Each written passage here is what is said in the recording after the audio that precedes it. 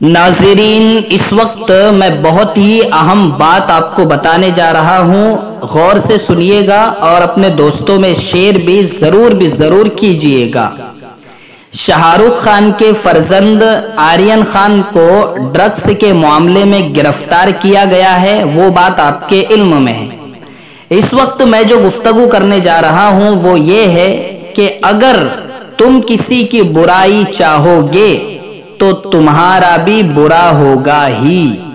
ناظرین، آرین خان کی گرفتاری پر ہمیں کوئی خوشی نہیں ہے اور خوش ہونا بھی نہیں چاہیے، اور یہ کہ ان کو اگر سزا ملتی ہے، اگر انہوں نے جرم کیا ہے تو وہ بھی صحیح ہے۔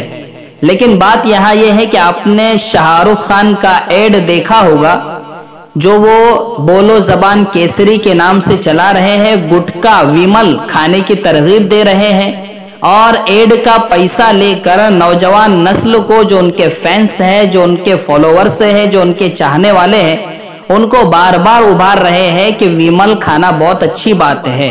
یعنی خود تو نہیں کھاتے لیکن دوسرے بچوں کو بگاڑنے کے لیے پیسہ کھا کر ایڈ ضرور دے رہے ہیں۔